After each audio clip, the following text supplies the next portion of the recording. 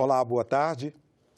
Senadores se reuniram na manhã desta quarta-feira com o ministro da Economia, Paulo Guedes, para tratar das 3 propostas de emenda à Constituição encaminhadas pelo governo ao Congresso. O encontro foi na residência oficial da Presidência do Senado. A reunião durou cerca de 2 horas e contou com a participação de mais de 40 senadores. Eles ouviram as explicações do ministro da Economia sobre o Plano Mais Brasil, que abrange as 3 PECs, e puderam questionar sobre pontos considerados polêmicos nos textos, como, por exemplo, a definição de quais fundos constitucionais serão desvinculados. Nós vamos rever 280 fundos, quem sabe tem que ter 2, ou 3 ou 4 constitucionais, regionais, que nós nem mexemos. E quem sabe, como disse a senadora Cátia Abreu, em vez de ter 4, mais ou menos, tem um só para fazer a Calha Norte e em 15 anos está extinto. Então vamos concentrar. A gente desvincula alguns fundos, revincula, mas em vez de 4 ou 5 pequenininhos, tem um só forte, um para a região de São Francisco, um para a Calha Norte, um para... E pronto, vamos embora. O ministro disse que a expectativa da PEC do Pacto Federativo é transferir 450 a 500 bilhões de reais nos próximos anos da União para estados e municípios. Guedes afirmou que o Brasil precisa criar a cultura da responsabilidade fiscal. Segundo o ministro, os textos devem sofrer menos alterações do que as da reforma da Previdência. Como o outro foi uma iniciativa nossa e depois a Câmara e o Senado tiveram que recalibrar, dessa vez nós fizemos ao contrário. Dessa vez nós nos entendemos antes e recalibramos juntos. Por exemplo, o presidente disse, olha, deixa o salário mínimo fora, não pode mexer em salário mínimo, tem que indexar, deixa o salário mínimo indexado. Aí o presidente e também o senador Bezerra falaram, olha, acabaram de fazer uma reforma previdenciária, deixa também a Previdência fora, não vamos desindexar os ganhos da Previdência, os benefícios da Previdência. Então, essa calibragem já foi feita antes. Então, em vez de dizer que o limite é menor, eu diria o contrário, já está sendo processada junto com eles. A expectativa do governo é aprovar todas as 3 PECs até o meio do ano que vem no Senado e na Câmara. Segundo o líder, a PEC da reforma administrativa irá iniciar pela Câmara dos Deputados e a da reforma tributária será discutida em uma comissão mista para se chegar a um acordo. O que é que a liderança do governo no Senado Federal e na Câmara dos Deputados vai se esforçar? Primeiro, para que a PEC emergencial possa ser apreciada e votada nas 2 casas até o final deste ano. Nós temos um prazo muito exíguo, mas nós temos também uma emergência fiscal que já está caracterizada em pelo menos 3 estados da federação, que é o Rio Grande do Sul, que é o Rio de Janeiro, que é Minas Gerais, e tem outros estados que estão prestes também a entrar em emergência fiscal. E como o Senado é uma casa da federação, eu tenho a impressão que isso vai ter um peso muito importante para acelerar a tramitação da PEC emergencial no Senado. A Comissão Parlamentar Mista de Inquérito das Fake News tem reunião marcada para agora e deve começar dentro de instantes. Nós vamos conversar com a repórter Isabela Dutra, que está esperando o começo dessa reunião. Boa tarde, Isabela.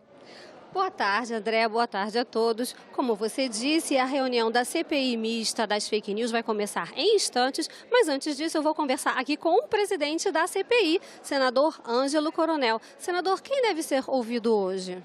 Hoje estamos ouvindo 3 plataformas de checagem.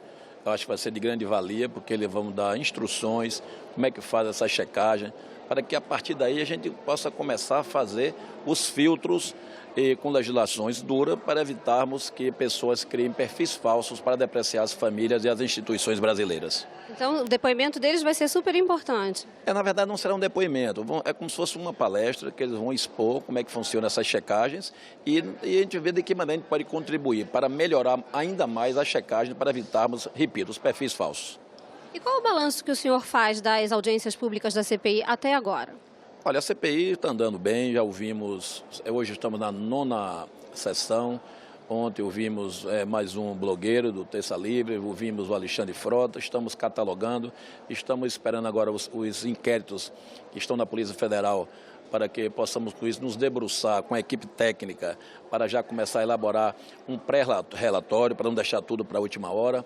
Nós conseguimos também prorrogar o prazo da CPMI, que estava prevista para encerrar no dia 23 de dezembro, segundo o regimento, dentro dessa legislatura, mas conseguimos com o presidente Davi, foi prorrogada para 13 de abril.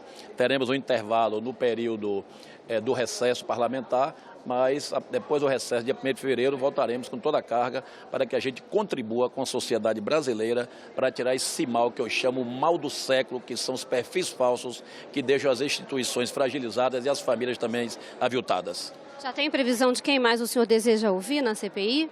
Olha, tem 150 requerimentos já aprovados, tem quase 100 para nós deliberarmos ainda dentro em breve.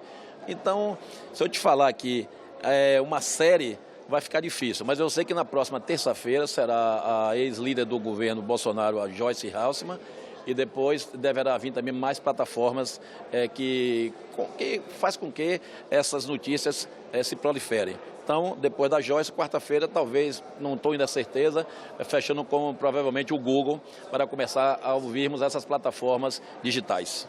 Certo. Muito obrigada, senador. Um ótimo trabalho para o senhor hoje.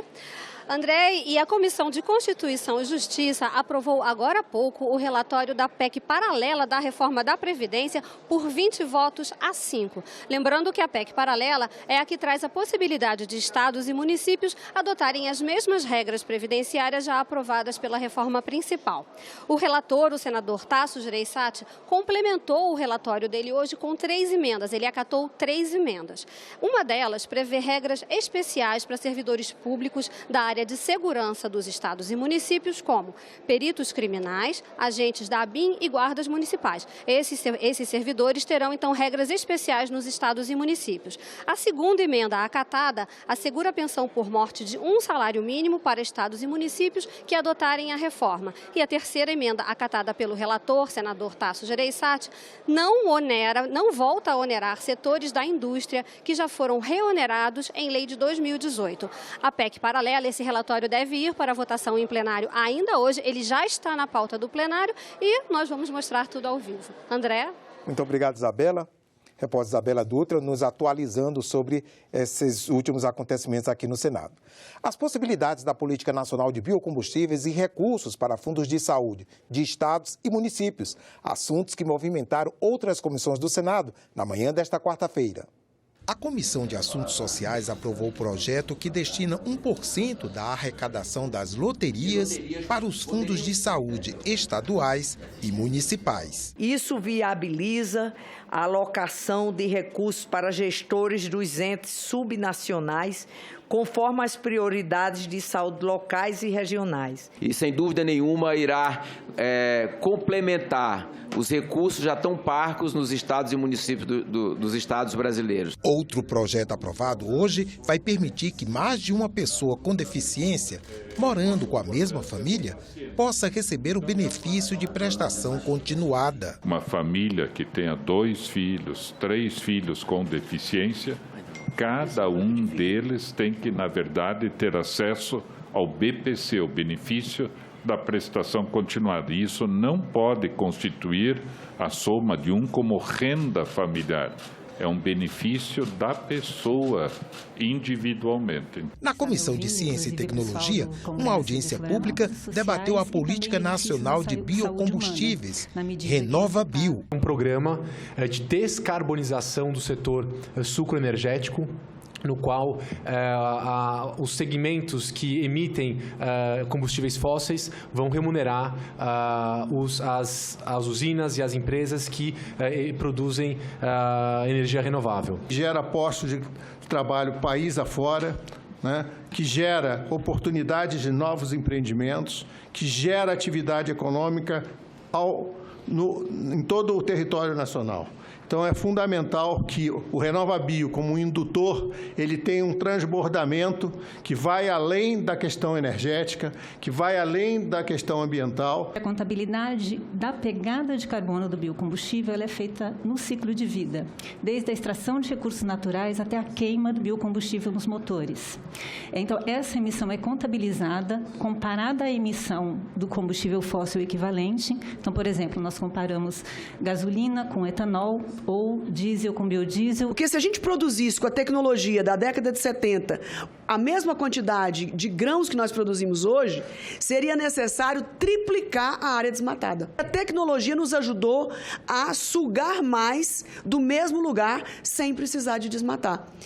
Nos ajudou a tirar mais quilos de milho, mais quilos de soja, mais quilos de algodão, mais quilos de carne do mesmo hectare. Foi entregue ontem ao presidente do Supremo Tribunal Federal, ministro Dias Toffoli, uma carta assinada por 43 senadores que pede a manutenção da prisão após condenação em segunda instância. A corte deve concluir amanhã um julgamento que pode beneficiar presos, entre eles o ex-presidente Lula. O documento foi organizado pelo senador Lazier Martins, que foi, junto com colegas, ao Conselho Nacional de Justiça encontrar o ministro. A brasileira quer a continuação da prisão em segunda instância. Nós fizemos ver ao ministro que um julgamento diferente, um sentido diferente, pode representar, por exemplo, o desestímulo daqui para diante da delação premiada. O delator não vai precisar mais delatar. Por outro lado, pode significar uma abertura para organizações criminosas que vêm para cá com a tranquilidade de que não irão para a cadeia.